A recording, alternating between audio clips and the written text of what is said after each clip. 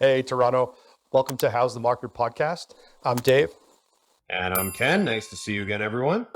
So, how's everything going at home with the newborn? Getting lots of rest? There's no rest happening. No, we're in full survival mode. We've an 8-week-old and 4.5-year-old at the house, so it's interesting times to try and balance business and family life. But we're hanging in there, buddy. How's the hockey season been treating you? It's been good. A lot of people fell off going to the gym over the holidays, so need to add that back in. My shifts get shorter and shorter, so I think cardio might help, but it's all good. That's the toughest part, man. Is getting that cardio back. It's brutal. The 10:30 game is a little hard to get motivated for. The prime ice time you're looking for at that point. I am on my way to bed, or I am literally trying to put a child to sleep at that point. Getting there for 10:30 is fine. It's just the getting home and staring at the ceiling because you're wired afterwards. Yeah. But this week we had a first announcement from the Bank of Canada looking at raising interest rates by 25 basis points. They also offered us some future guidance saying that looks like it's going to be pausing. Maybe they love to dance around it, but this is pretty much what a lot of people were expecting.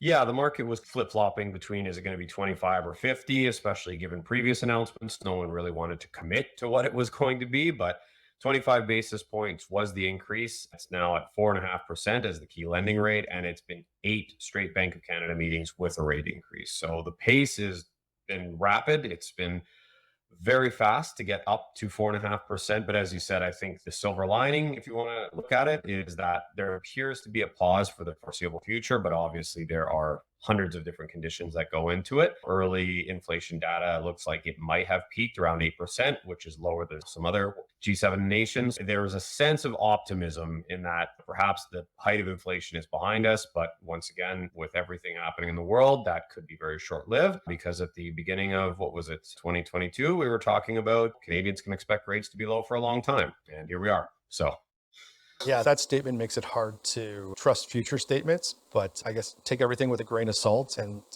be open to whatever happens next. I feel like since the start of the year, we've seen consumers or buyers really, I don't want to say confidence came back, but it's like acceptance of current conditions and knowledge that the interest rates probably aren't going to last here forever, that Bay Street's sort of forecasting that it's going to look better towards the end of the year, moving into 2024. So some more optimism and willingness to re-engage in the markets there. yeah, and I think it's just buyers, sellers, everyone, kind of public in general is there's a feeling of this is the way it's going to be now, right? These are the market conditions. This is the monetary policy. This is the interest rate I'm going to have to be operating within.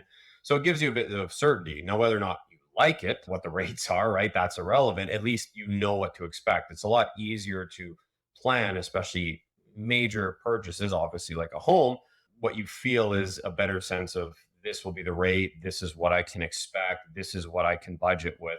Whereas for basically all of 2022, it was what's it going to be next month? What's the rate going to be? What's it going to look like? So it was very difficult to have any type of long term planning when you're essentially on a month to month basis hanging on Bank of Canada rate announcements. Whereas now, hopefully, there's an exhale. These are the rates, these are the market conditions, and you can operate within them. Just to build on that, once again, my love of analogies, it's kind of if you're planning a road trip, if you know the weather ahead of time, it's a lot easier to plan for your vacation, for your trip, right? If you're planning to go somewhere tropical and expect sunny skies, and you get there and it's 5 straight days of rain, if that wasn't what you were expecting, it's going to be very difficult to try and enjoy or make the use of any trip that you're going to have, right? Say it was like you're driving across the country, right? I look at Toronto yesterday, the massive snowstorm, right? When you know a massive snowstorm's coming, you plan accordingly, right? It's very different than all of a sudden a big weather system sweeps in quickly and you don't have much warning. All right, no one can drive, buses are stuck, the whole deal. So everyone tried at least their best to stay at home and not get caught in the mess. But once again, it's a lot easier to plan when you know the situation, when you know the environment. And we just haven't had any certainty for the better part of 10 months, really. Is that a Toronto thing that everyone freaks out on the first major snowfall? The thing that never ceases to amaze me is the people who are out in the worst storm of the year so far and no winter tires and they're sliding around and getting stuck. Never ceases to amaze me. But then again, on the flip side, TTC buses weren't able to move either. So go figure. It's 601, half a dozen of the other. I just don't remember growing up in Toronto there being as many sort of snow days encouraging people from work from home. I mean, So Ken, you were telling me you attended an RBC event yesterday out in Oakville. Can you tell us a little bit? Yeah, so the Oakville Chamber of Commerce held a great event with RBC and Ipsos polling, which basically was a 2023 forecast on what they expect. And it was very interesting. It builds into the Bank of Canada rate announcement. There's a bit of a disconnect between what the public is feeling, what Canadians are feeling, and what the economic data is showing. As I mentioned, RBC is forecasting that, yes, we're going to be heading into recession, but they feel it will be relatively mild compared to some of our previous recessions, that it looks like we'll be able to stick the soft landing with the possibility of even some growth towards the end of 2023. So they were quite, maybe optimistic's the wrong word, but it wasn't as doom and gloom as maybe it's been told in the news. They feel that peak inflation has been reached around 8% and it's on its way down. They feel that rates will hold steady at this level with even the possibility of rate cuts towards the end of the year, early 2024. So overall, the employment market is very robust as well. So they felt that overall the economic data was quite promising in the face of all the headwinds that we're dealing with right now. When the Ipsos polling came out, it was very interesting because it's a very different feeling from what the economic data was saying.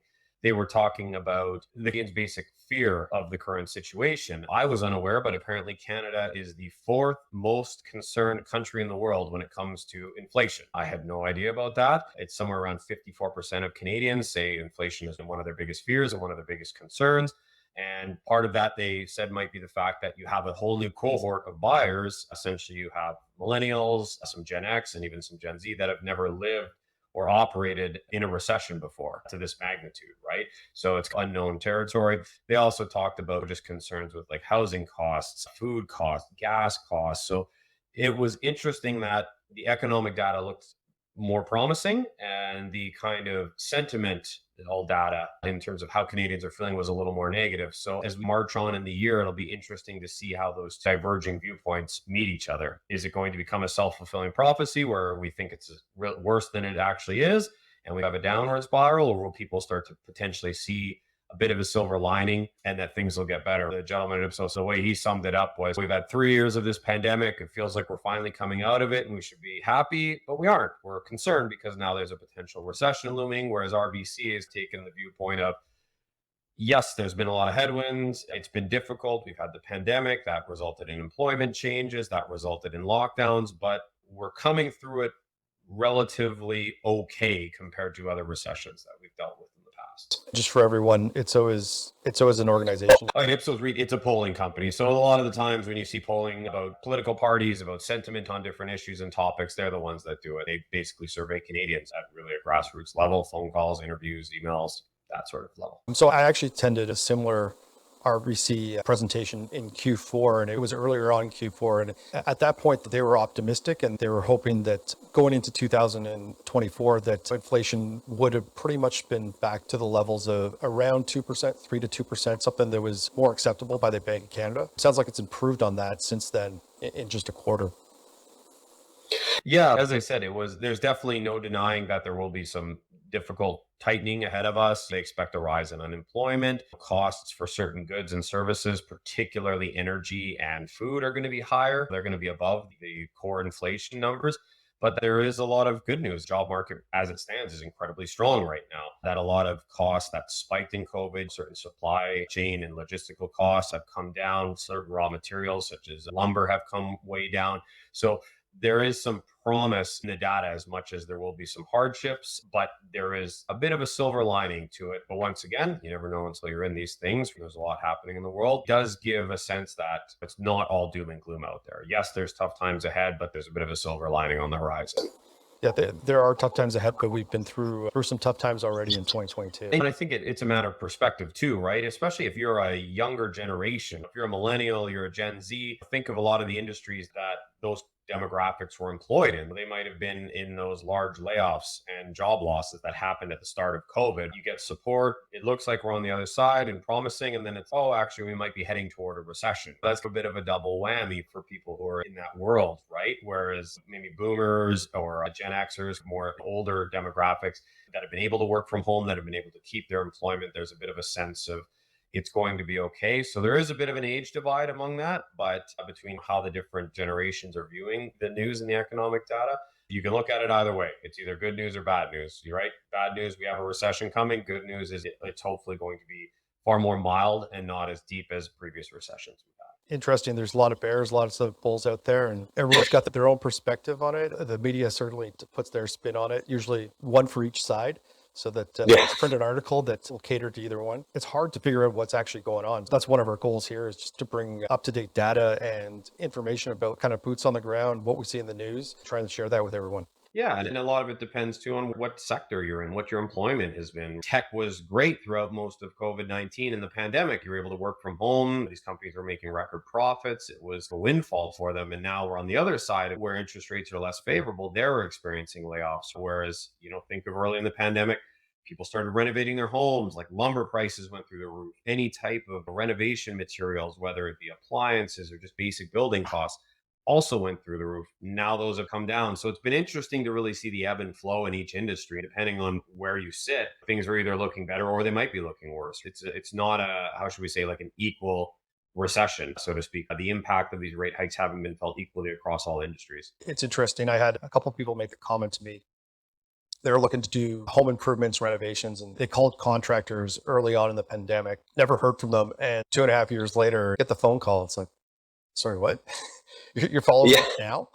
Okay, no, we had that done. We found somebody who has actually come in. But when you start to see that, okay, maybe the demand for contractors and renovations isn't the same. So now the follow-up starting again. It's not 10 people call, their phone doesn't stop ringing. So now they have to go actually and find some of the jobs. One of the stats I've been meaning to check, I haven't looked at it in a while, but it's a lot of people look at the number of building permits out there as a leading indicator of where the real estate market's going. We'll have to check that out for next time.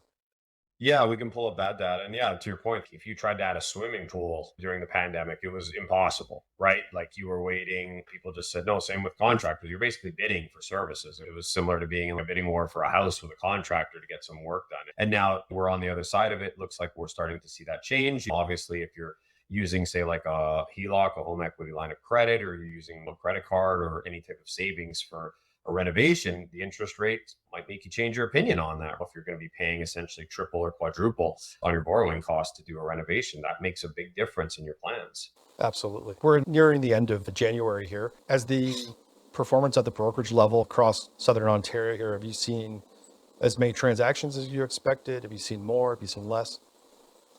It's been interesting. It's been almost a tale of two halves for January. The first 2 weeks were probably as we would have expected. It was slower. People were coming back from holidays. There was an uncertainty. When are we going to get started with a house search? When do we want to put our house back on the market? Had they tried in the fall and been unsuccessful? Or the sellers had just been waiting. When's the right time? Do we do it next year? So it was quite slow for the first 2 weeks, relatively speaking, in terms of sales volume and activity. It's quite different the past 2 weeks. We've seen a massive uptick in the number of showings. We've seen a huge uptick in offers, right? Properties are getting multiple offers. Properties are getting 20, 30, 40 showings. So it's been quite a surprising and interesting observation to just see that drastic change. I'm not saying that, okay, the market is going to go back to 2021 levels and it's going to be crazy and let's let it rip. I'm just simply making the observation that people are out looking again. People are out buying. People are looking to move and to buy and sell. I equate it to, I think we said in one of the other episodes, like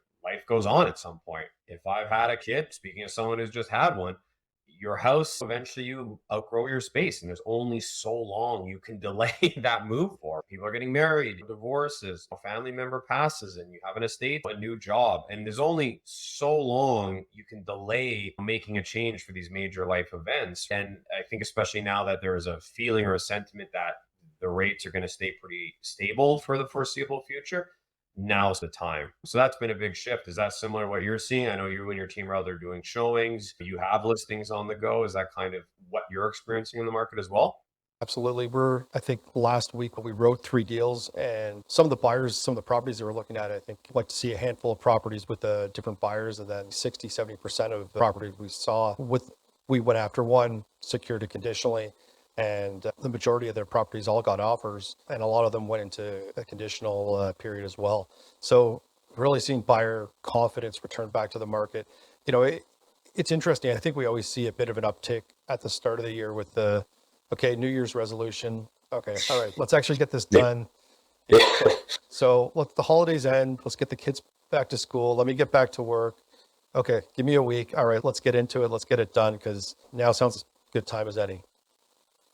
Yeah. And one thing I'm seeing too is as the buyers move off from the sidelines, as they go from observing and when are we going to get in, now they've jumped back in and they're willing to transact, they're willing to purchase.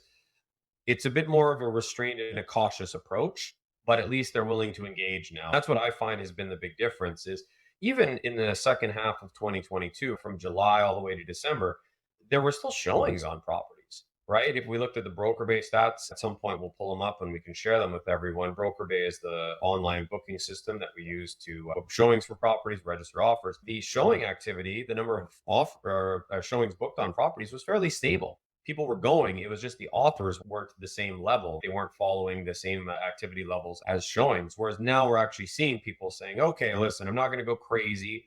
I'm not going to bid $500,000-$600,000 over asking and make it an unconditional offer with a 30-day close. But they're saying, I'm willing to put an offer in on this property. If I feel it's a good price, if I feel it's good value, let's submit something. So that's why homes are seeing 5, 10 offers on them these days. There was a property that another one within our brokerage, but had a set offer date. It ended up getting almost 50 showings in 3 days, and I ended up having preemptive a bully bid on it to sell it. A couple of other agents I've spoken with in different pockets of the city, they're going on showings, and before they even get their foot in the door, they're getting the notification that a property's been sold, or they're competing with, I've heard, as much as 15 offers. And once again, is this a little blip in the short term, or is it a longer term trend? That will wait to flesh out, but it's definitely noticeable. And I'm seeing it with the mortgage brokers I'm speaking with, lawyers I'm speaking with. They're seeing an uptick in their business and their volume as well. And like I said, I'm sure it's the same for you, right? You've secured a few properties. And as you say, it's a conditional offer. It's not the craziness of 2021, but your clients are willing to now take that step and offer on a property and proceed with a purchase, right? And to actually conduct a transaction how real estate's properly meant to be done. Hey, I get to do the home inspection. I get to check to see with my lender that it actually appraises and that everything's going to be okay. So you shift from the crazy markets to really slow, and now start to see transactions. I think there's a number of factors that we talked about. The buyers come to the table and start to bring offers. We still see some homes out there, the ones that are overpriced, they're starting to come off, and the buyers might actually start to come up and get that deal where both parties are slightly uncomfortable, which I always find is sort of the best way to get a deal and the most fair place to be. Yeah, and I'm sure you probably heard this question a ton in 2021. It was the question you asked after you saw any property was, okay, what's it going to go for? Like, how much is this going to cost? It's listed at X. What's it going to go for? And it was anyone's guessing game. The big change I've seen or heard anecdotally from a lot of, as I said, agents across the province is buyers are now asking, what do we think is a fair price? What can we possibly negotiate this to? So it's a big change in psychology, but it's a welcome one, as you said, right? It's a reasonable one. Okay, they're listed at X. What do we think the delta is that we could actually get a deal done? How can we put this together? And they're willing to be a bit more creative. Sellers too, right? Okay, I might have to lower my price a little bit to get a deal done, but maybe I can do a lease back and stay in the property for a few months while I'm searching if I decide to sell first. Maybe we'll do some repairs to keep the price up. We'll take care of some little issues in the property so that they're done with the buyer's moving. We are seeing more of that, to your point, that traditional negotiation that happens pretty much in the rest of the world outside of Toronto these past few years. Yeah. I've had people mention to me, hey, is the spring market here? And it's been so hard to navigate when the spring market starts over the last few years. It's not been that bad to be on the market in January and February because you're going against the grain. And if you're priced well and you're prepared for market and you're the only shiny object out there, you're probably going to get a lot of attention. That's just it. As much as we talk about the slowdown in the market, and I know a big focus, which I understand, is sales. How many sales have happened every month across the GTA? How many properties have actually sold? Listings are basically 20-year lows for the past 6 months straight. When you consider if listings are at 20-year lows, of those 20 listings, how many are going to meet the criteria that I'm looking for? Right neighborhood, the right property type, the right price. It starts to get even smaller and smaller. So now it's to the point of, I wouldn't say it's FOMO, that fear of missing out anymore, but it's definitely buyers saying, I'm worried because there's only one or two really great properties on the market right now. And I'm sure anyone else who has a similar search criteria is also going to be looking at those two properties right now. You're limited by choice. You can only buy what's for sale, essentially. There's no more magical housing showing up. There's nothing going to be appearing out of nowhere. It's all, okay, what's on MLS? What's selling? I remember in one of our earlier shows you talked about the exclusive market. Are you still seeing that? I was just going to ask you, I know in our office, we had one fairly large off-market deal come together that they've been working on for a while. And there's actually some very luxury homes that have been put out as well off-market. So it's starting to see more. And they've also seen the hybrid where it was listed for sale and now it's listed for lease. But if you're still interested for sale, let's call the agent, our price is going to be this, and there's not going to be much room off that, but we're shifting directions, but we're still open, we're still listening. Yeah, and that's been a big change too. In the years past, if sellers essentially didn't get their price or what they felt was a good price for their home, they just waited till the market caught up with them. You're rising exponentially. And so they just said, okay, if I can't get it in the spring, I'll try again in the fall. If I don't get it in the fall, I'll try again next spring. We could spend a whole episode talking about that and the pros and cons or the faults of that strategy. But now we're seeing a big difference where they're saying, okay, if I'm not going to get my price, let's put it for lease. You're getting a whole new section of people who never intended to be landlords becoming them because they feel, okay, let's ride out this uncertainty that's in the market right now. So we're seeing a lot more leases. And once again, that's constraining the inventory and supply of all these properties that might have been for sale a year or 2 years ago. They're now just being listed as leases, as properties for rent. And that's a significant portion of the market, that's inventory that's not being put onto the MLS for sale. I think an interesting segment that we'll see is a tail end of that. We started to see that in March last year, March, April. So those properties that didn't sell that ended up getting leased, and now coming up to a year, Great point. are we going to start to see a surplus of those tenanted properties as the lease term comes up, start to hit the market? Yeah, that's a great point. That's because, yeah, that was really when it started. That was when the transition, March, April, May was the start of that transition when interest rate announcements started really putting a damper on the market, and it made that really acute 180 turn. And yeah, we're hitting that 1 year point. So are these people going to renew? Are they going to try to sell again? Perhaps we should spend an episode talking about what it's like to sell a tenanted property, because it is a very different proposition if there's a tenant in place as opposed to you, the owner, or a vacant home. It certainly adds extra factors to it. The funny thing in talking to some agents is my clients are thinking of, instead of selling it, they want to lease it. Do they want to be a landlord by accident or circumstance? For some people, it's a great fit. It works out. They're able to keep the property. They have a great tenant. Others aren't fully aware of the risks. Being a landlord, it's a business. If you're not in the business of being a landlord, do you want to become a landlord? That's why there's tons of property management companies out there, because there are a lot of nuances to navigating the tenant landlord relationship, the laws, the regulations. It isn't something I encourage people to do lightly. It's if you don't want to be a landlord, or you don't intend on being one, probably not the best thing. But so far, we are seeing more people take that route than I maybe would have initially expected. The popularity of becoming a landlord and real estate investment has really took off over the last, I want to say, even prior to COVID. So we'll say 5 years. One of the things that the gurus always push on is that real estate investment, and start with one, however you want to do it, whether it be an Airbnb arbitrage or a traditional, go after a triplex and build your way up the landlord ladder, essentially. Yeah, it was something that definitely took off. And when you're in a rate of very low interest rates, it was a lot more manageable. I also remind people a lot of times when they're seeing, as you're saying, the TikTok, Instagram, Facebook videos about, oh, this is how you become a landlord and get rich. It's, where is this person based out of? Because then you see their deals and it's like a $70,000 home somewhere in like the southern US. You're not buying a $70,000 property here in Canada. They just don't really exist for the most part. So the capital requirements are a little bit different here. Absolutely. We're both landlords. So like I ask everyone who's in real estate sales, tell me some stories. I'm sure you've seen some stuff. Well, Yeah. as a landlord, I'm sure you've had some interesting stories, both funny and both terrifying. Yeah. And once again, it comes with the business. I've been very blessed. I've had absolutely wonderful tenants. We've got a great relationship. For me, the biggest part of that business of being a landlord is you're in the client relationship business. My tenants are my clients, and my job is to make sure they have a really wonderful home that they enjoy. And I'm willing to make extra financial investments and extra time and effort to ensure that happens. Not all landlords do that, and not all tenants reciprocate. It's a very nebulous, complex with a lot of nuance to it. And yeah, a lot of good and a lot of bad, and a lot of difference even between jurisdictions. If you're a landlord in Alberta, it's very different from being a landlord in Ontario. The rules and regulations, a lot of them are provincial. So it can have a drastic impact on how you operate your business and how you operate as a landlord. Even here within Toronto, the age of the building has a major factor on it too. So there's so many different variables. You really have to be willing to learn all those, work with professionals that educate you on them and explain the differences, or you outsource somebody like a property management company that can. Absolutely. If you want to invest in real estate, but you don't want to be a landlord, either make sure you have a great property manager or just invest in a REIT, a real estate investment trust, and just don't even be part of it and don't get your name on title at any point. The more we talk about this, we should definitely do a whole episode just on